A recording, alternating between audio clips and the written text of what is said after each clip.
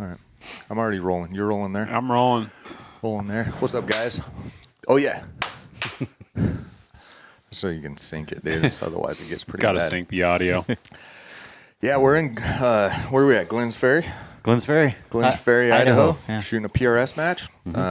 Definitely my favorite match I've ever shot, the Snake River Standoff.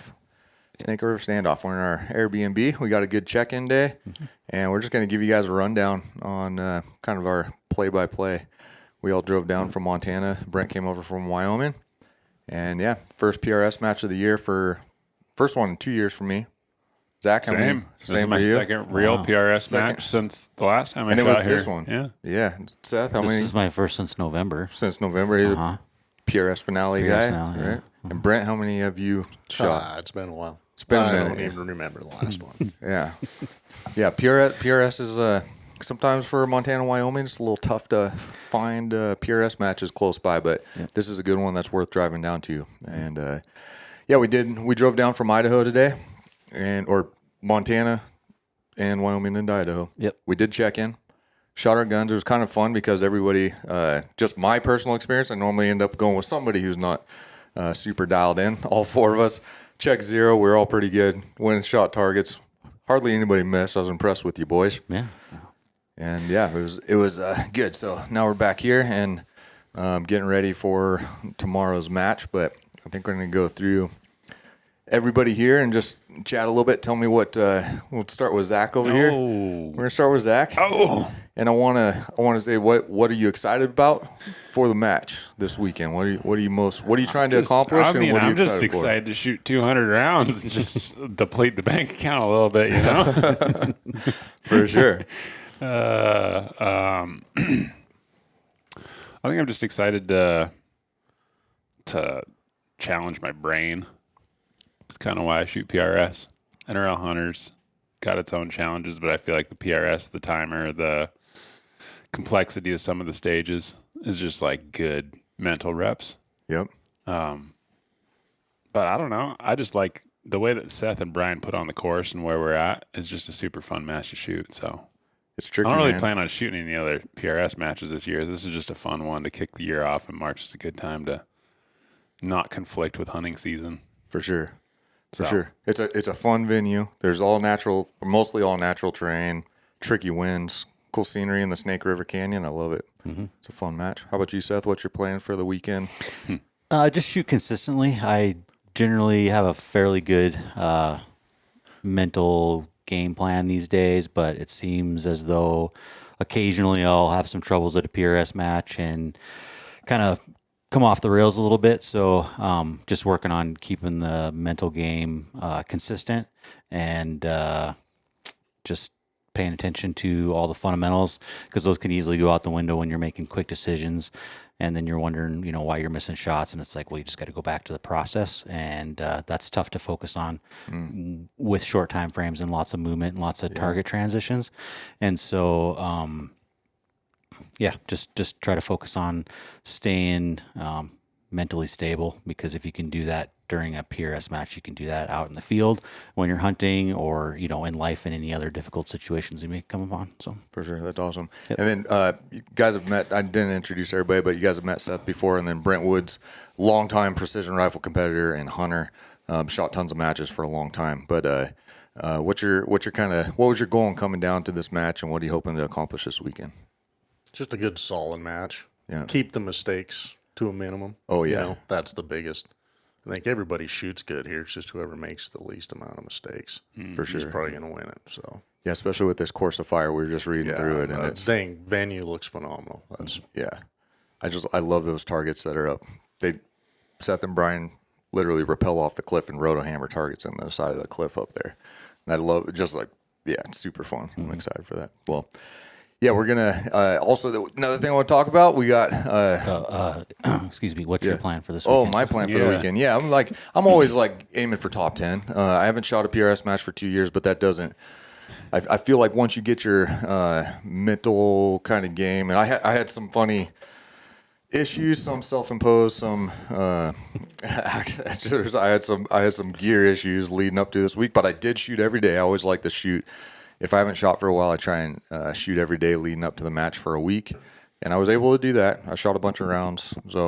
Mostly that's just trying to get, there's always data coming through the scope, and your eye doesn't always interpret it the same as when you're shooting a lot, right? Like it's kind of like listening to Spanish, and I don't interpret Spanish, but if I was like a bilingual speaker and I did it more often, then it's very similar. So like the more often that you're shooting, the better you can see what's happening downrange through the scope. So, like I said, I wanted to shoot well, and I wanted to practice enough to just where I can give myself a chance at top 10. I'd be pumped with top 10.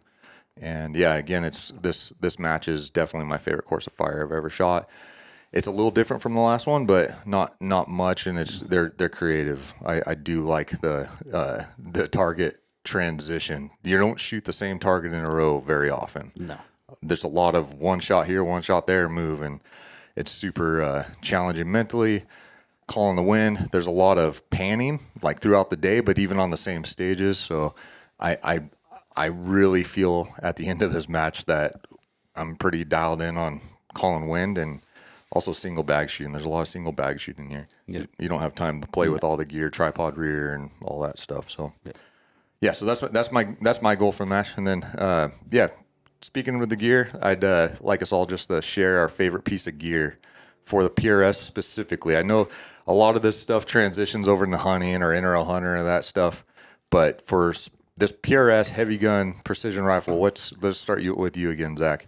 What's your favorite piece of gear that you got? I'm not as much of a gear nerd as some of you guys are.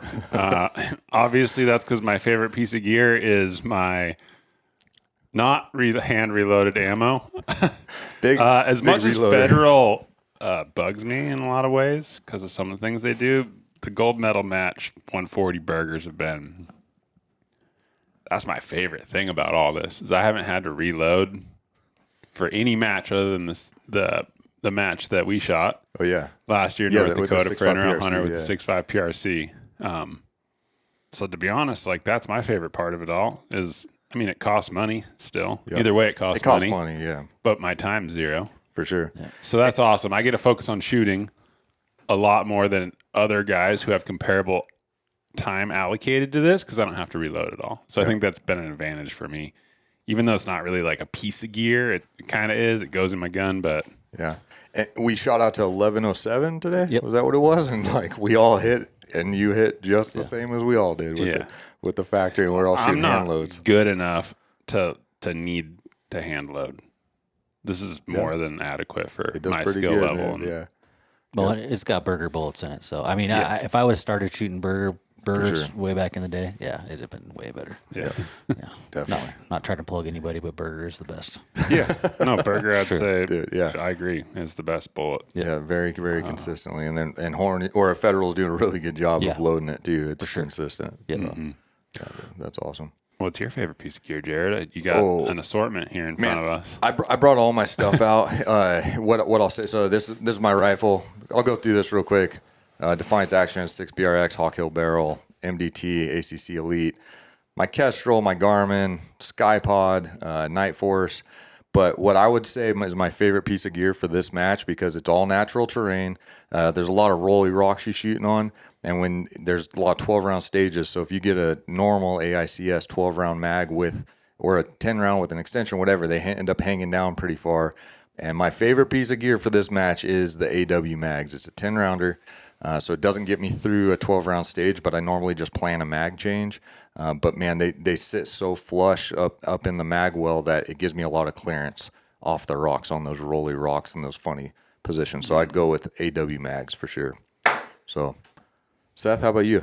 Well, first of all, I'd like to say that, all of our gear differs a lot, but the one thing that we all have in common on all of our rifles here this weekend is the Defiance Action. So I just like to point that out, that is one thing that everybody at this table is using. And again, our gear differs quite a bit, but that's one of the pieces that we all like together. But anyway, my favorite piece of gear is this, 12-pound shooting anchor. bag. Yeah, boat anchor.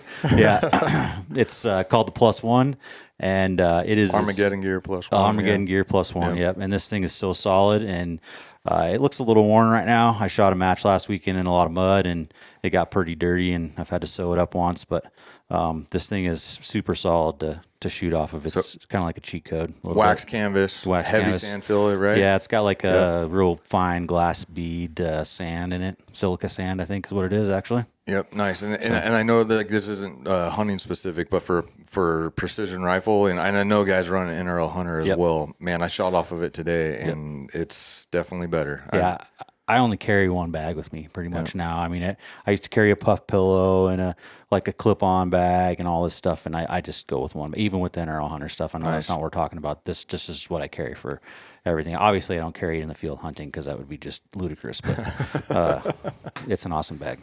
Nice. Yep. Brent, how about you? Probably the old Sky Pod. Yep. If it's a field match, you got to have one. And this one's been everywhere. This is the pre-MDT. It's seen some miles. I don't know how old it is. That was a double pole pre-MDT. Nice. Yeah. No, it's a good one. If Sky's watching this, I need that upgrade. I got to carry an Allen wrench on this. So no, these things are, I've never run the triple pole. The double pole pretty much gets me everything I need. Yep. But it's been phenomenal. So it's funny because I don't know if I have a pre-MDT Sky Pod, but that's because I think this is Gen 2 from MDT when they put that in, right? Because MDT started making Gen 1. Yeah.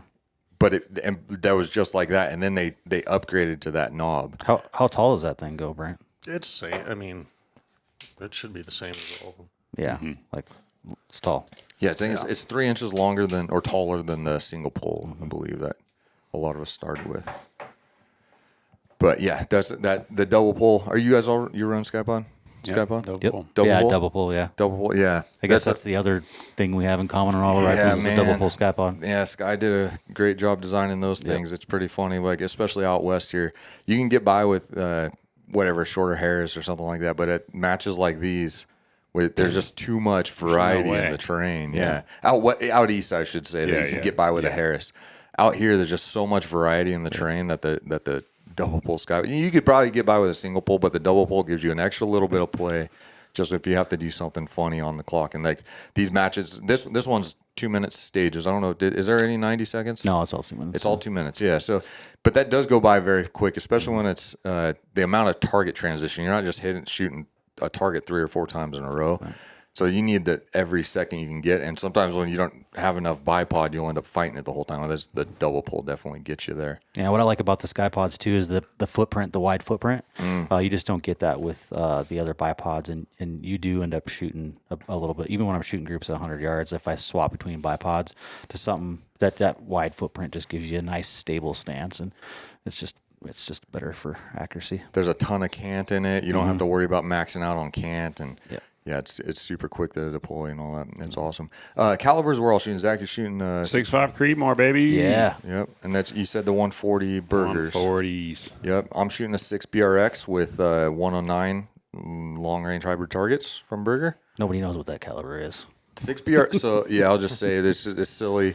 I bought into 6 BRX before brass was available for Dasher. Yeah. And so you no matter what it's still a Wildcat, but like. I bought in the BRX, and you basically take a 6 BR, 6 bench rest, and blow the shoulder forward 100 thou, but it maintains the same shoulder angle. Most people are familiar with the 6 Dasher. Same thing, blows the neck shoulder junction forward 100 thou, but it's a 40-degree shoulder instead of the 35 or whatever the BRX is. But yeah, silly caliber. I got a couple more barrels I'll probably shoot out, and I'll switch to something easier that I don't have to fully false shoulder and fire form and do all the crazy stuff. So, how many loads do you get on that brass? My first batch I had 19 on it before I gave it to Glenn Dimmery, and he's still shooting it. And then my second batch I'm at 17, and it's still going. And then this batch, this is my third batch that I have 5 or 6 on it or something like. It's written down somewhere. But yeah, but again, Lapua brass. I'm very careful to not overwork the brass. I'm just bumping it minimal, about 2 thou or so on average. This is a funny thing. I heard you guys talking about annealing today. I haven't annealed my second batch or third batch. I annealed my entire first batch, every firing on my first batch. So I'm just basically seeing how far I can go without annealing. I keep pulling steps out of my reloading process and seeing if it affects my accuracy or whatever. And I just think guys just love to place too much value in like gear things versus like shooting their rifle. And so annealing's an easy one to be, oh, well, didn't anneal your brass probably. Cost you a few. Yeah, I don't know. I know Seth does it every time, but Seth also is one of those guys. He wants to buy everything. There's merit to it, but guys, I think, get too hung up on like crazy 100%. shit. Dude, I just want to do it the same every time. I don't know that it's even doing me any good, but it makes me feel better. I get and that that. adds to the mental game, right? But yeah, you're right. I probably spend hours of time doing things I don't necessarily need to do. part of it though is you balled out on the amp annealer. Oh yeah. And I'm using I have the cheap flame annealer, and I'm like, I don't even know if this is doing anything, so I just stopped doing That it. looks good. The propane just Yeah, when you do a batch, dude, the pressure gets lower. And it's like, dude, there's no way that it's all annealed the same. No, it's not. I do it on my hunting brass. Yeah. I do anneal, but Well, that just shows that's where your real care is, you know. for sure. Oh, I bought it, so I got to use it, right? for sure. All right, what do you shoot? I'm shooting the Dasher with Burger 109s as well. 109. So yeah, it's a good. And what brass? Alpha. Nations. Yep. Nice. Yep. No, have you ever done alpha or I'm sorry, a dasher and fire formed? No. Never. No. Oh. I shot a 6.5 Creedmoor for the first. I've only been shooting a Dasher for maybe 3 years. So for the first 4 or 5 years, I shot a 6.5 Creedmoor. So, Nice. Yep. Nice. Yep. You can't go wrong with the 6.5 Creedmoor. If anybody's starting out in any shooting sports at all, for a rifle, you should just get a 6.5 Creedmoor and be done with it. Yep. Yeah, for sure. Brent, how about you? What are you shooting? Dasher 109s. 109s. What brass? Peterson Brass. Nice. How's that working? Good so far. Is that the new stuff? Did you just get the Peterson, or have you had it for a while? Oh, probably close to a year. Okay. Maybe. Nice. We've heard good things about the new it's- Peterson brass. I just put the gun together. Been sitting on it, but Nice. it's second firing on it right now. Nice. What and you do all your own gunsmith, and you chambered this one, right? Yeah. What do you know what reamer that you're using? Random question. Is it an alpha reamer or is No, it, this is not alpha. Okay. Should be JGS. A JGS reamer. Nice. That's awesome. So most people who are listening probably don't understand a lot of the things we're talking about. So why don't you guys explain what makes a good bullet and like cartridge choice for PRS? Like, why do you guys are all shooting basically the same thing? Like, why? Yeah. Tell us why. Wow. So a lot of PRS, I think it's a little for some. Well, not for every shooter. A lot of shooters, I think, getting rid of recoils is something you should. It's going to help you. 6.5 Creedmoor is going to. And I kind of know these, but in a dumbed down reason, what's the reduced recoil help a shooter with? Just re-engagements, staying on spotting hits or misses, so be it. Okay. Yeah, the PRS matches, they don't call hits, misses, where you hit on the plate or where you miss. So you have to be able to see every shot so you can always be correcting either back onto the plate or try and stay on the center of the plate. So less recoil helps you spot your impacts easier and less, And there's, if you can handle the recoil, I'd rather shoot a 140 and you get a lot more reaction on your targets, gives you better feedback. Yep. Even if you miss, you'll get better feedback. I also think the recoil impulse on a 6.5 Creedmoor is, the Dasher has less recoil, but it's just more of a snap, like a pop. Yeah, exactly. And the Creedmoor is a little more of a push. I kind of like that push a little bit more. It just helps you it's just not as jarring, I guess. So I think there's. Zach and I were shooting each other's guns at the range this week, and definitely and he's shooting a can. The rest of us shooting breaks. He's shooting a can. He had a lot more push. There's a lot more movement, but it's like this slower movement where the BR-based cartridges, it's a pop. And it's and your mind has to learn to decipher again what it's seeing through the scope, because it's never just like a straight back movement. It's like there's some type of movement. And so when you're used to your 6.5 Creedmoor, this like slower push, there's more movement, but you start to anticipate where that bullet's going to be, where the trace is going to be in relation to the amount of movement, right? And then you get on this thing, and now it becomes like it's not as long of a movement, but it's a pop, and it takes a while for your brain to figure out. I would say. Yeah, I always shoot bad when I get on Jared's gun. And I know it hammers. I'm just like, I don't like it. Just the setup, the grip was wrong for them, and like everything. Man, it's funny. They all look the same, but they just little nuances mess with you for sure. So explain the Dasher BR. Explain why guys are using that particular family of cartridges. Well, they're inherently accurate. They're very efficient cartridge. Varget in a BR based case has a lot of records, bench rest records.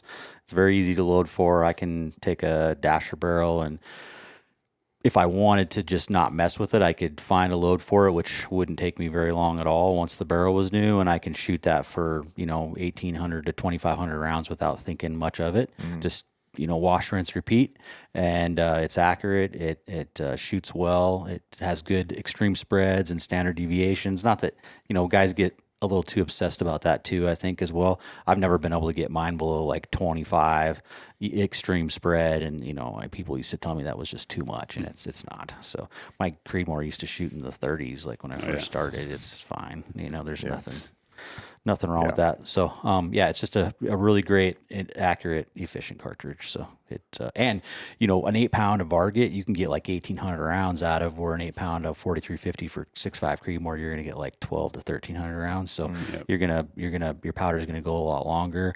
Bullets are gonna be a little bit cheaper than a 6.5 Creedmoor. So it's just a little bit more efficient in the pocketbook too. Yeah, I like the economics of it. Yeah. And they get good barrel life. That'd be my favorite. For a 6mm. Yeah. For sure. Yeah. Like what's a 6 Creedmoor barrel life would you anticipate? I've had them go at around 1,000, and you can have them go to 1,800. You never knew with them. I shot a lot of barrels out, but I don't know I don't have enough experience with the Dasher yet, but the feedback from other people, it's an easy 2,000 round barrel. Yeah. I haven't had a BRX go. Like I've gone through I'll just change them when they get into the 2000s, but I haven't had one go funny. I had a 647 go like fully go on me one time, but since I switched to BRX, I've never had one go, and you'll start losing velocity, which I think some people will like. That's when it's time to change it. But if you're willing to either tune the load to get back to the speed you want, or just adapt to the speed, just change your dope. Then I have not had one go haywire on me ever like that 647 did. So. Yeah. I think it'll be fun to see how we do tomorrow. Last question for you guys. The target transition we already alluded to is super challenging. So you get on the clock and you're going to be moving positions, and it's not the same order. How are you guys going to do your dope? What solver are you using? But more importantly, how are you writing it down, putting it in your head, so that you don't mess up on the clock?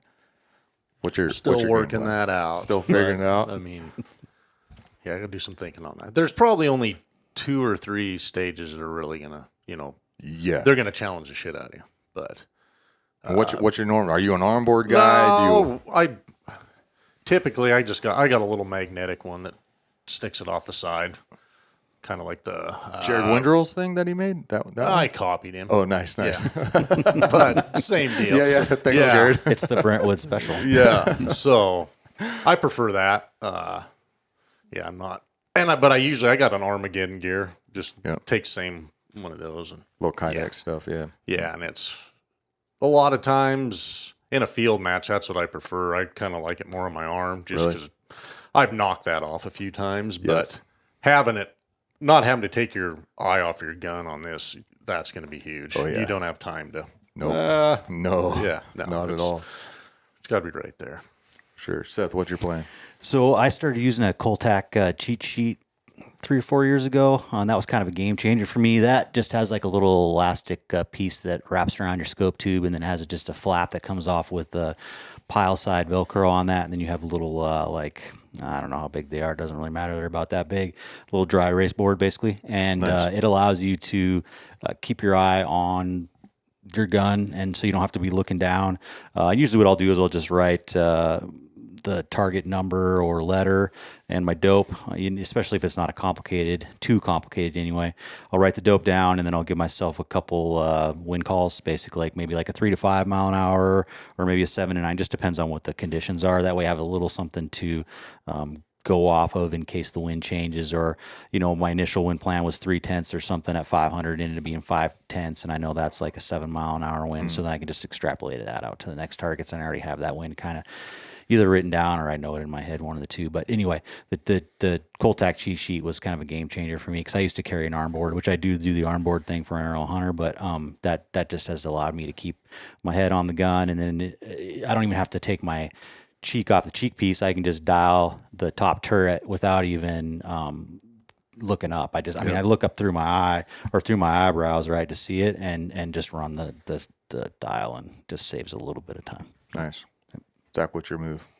I do the same as Seth for the most part. It depends stage to stage. There'll be stages tomorrow where it's going to be like the more complex stages. Like I might run out of room. I might need a billboard to write it all. Like I probably won't even write a wind call there, because I'll just like have a starting wind call, and then it'll just be like on the fly after that. But for like some of the like lay down long range stages, I'll write my dope out, and then I'll have 2 different wind numbers.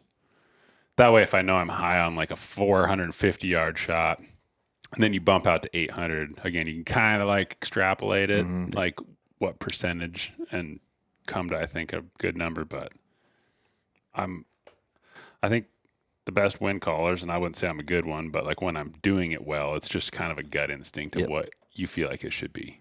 That's a great topic to jump into, because I know we've talked about it a lot. Are you a gut guy, or are you a really... I'm a gut guy. Yeah, and I know for sure you're a gut guy. I'm a gut guy. Like, I don't know what I'm going to do till I'm on the gun looking through the scope. Yeah.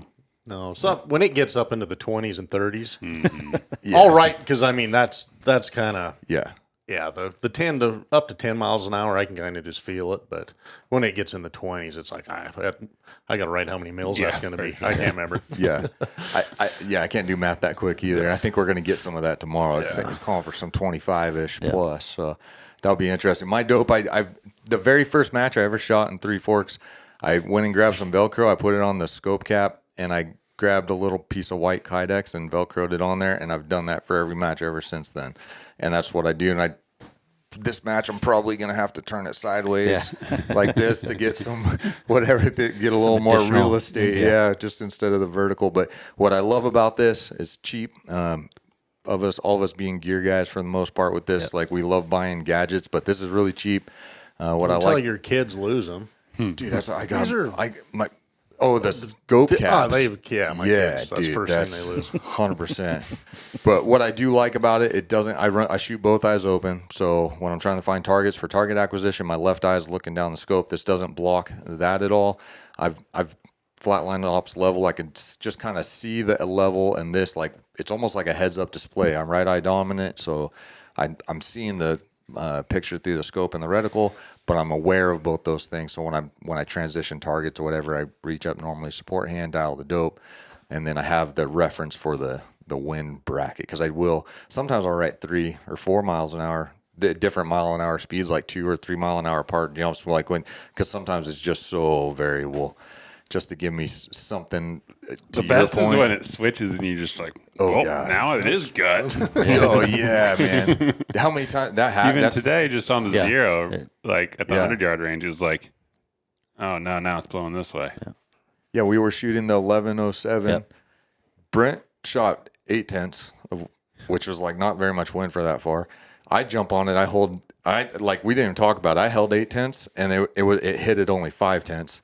And I think was it one of the two you went on? Me, I went up there, and then the wind, you could see the mirage all of a sudden was going right to left instead of left to right. And it was just like spin drift at that point. Yeah, I just held right edge. Yeah, right edge. And the same thing with you. Like, you held a little right because you could see it, and it went off right. So it was almost straight up. Yeah. Yeah, it's going to be interesting tomorrow. So we'll report back tomorrow. I'm looking forward to seeing how we do tomorrow, seeing how much wind we have. Yeah, everybody might not be as happy tomorrow. We might not be as happy, man. We got my wife made us brookies. They're it's got a layer of brownies and then cookies over the top. Nice. So if we're feeling really bad about ourselves, and we can gorge ourselves on some brookies. Yeah. But the other thing that I like about this match as a hunter is this match definitely forces you to be. If you're going to be successful, you have to be good at quick target acquisition, because they're hid in the rocks and the sage. And even today, I was like, oh, yeah, hey, that's easy. And, like, stepped my gun down and, like, jumped in and was like, Where's that? Which that's the worst feeling when you're on the clock and you're like, Oh man. Yeah, Struggling. time's just, Yeah. it and you're feels like it's just, oh my goodness. Yeah. minutes are going by. A little piece of you dies inside. Yeah. It's a great reminder. Make sure that you get your references on the skyline, right? And like whatever it is on that stage, make sure that you have your reference so you can go to the skyline, like the peak in the distance, and drop right below it or whatever it is. But it's a good reminder for me tomorrow, so I don't do that because wasn't thinking about that today. Yeah, that's one I remember that was challenging.